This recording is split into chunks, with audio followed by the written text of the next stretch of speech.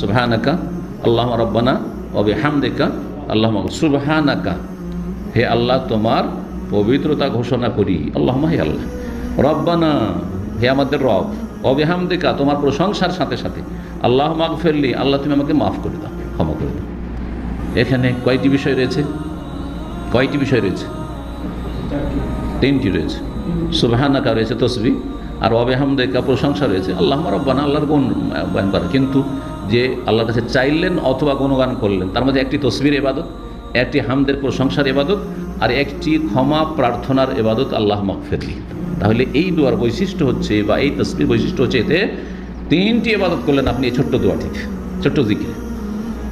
কিন্তু যদি সুবহান রাব্বিয়াল আযীম বলেন, সেখানে শুধু একটি ইবাদত করলেন, সেটা হচ্ছে তসবিহ, সেটা হচ্ছে তসবিহ। এই জন্য আহলে হাদিস ওলামারা ভারত, বাংলাদেশ, পাকিস্তানে এটিকে প্রাধান্য দিয়ে থাকে এবং এটার উপরে বেশি আমল করে থাকে।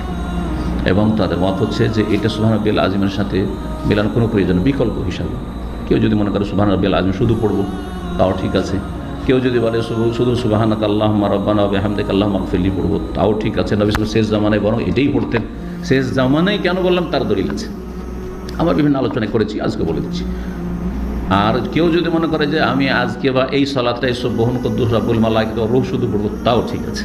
কখন এটা পড়তেন, কখন ওইটা পড়তেন, কিন্তু জমা করতেন কোনো একটা স্পষ্ট দলিল নেই। এটা ইজতিহাদ ভিত্তিক সুবহান রাব্বিয়াল আযীম, তারপরে ওর সাথে আর একটা মিলিয়ে নাও।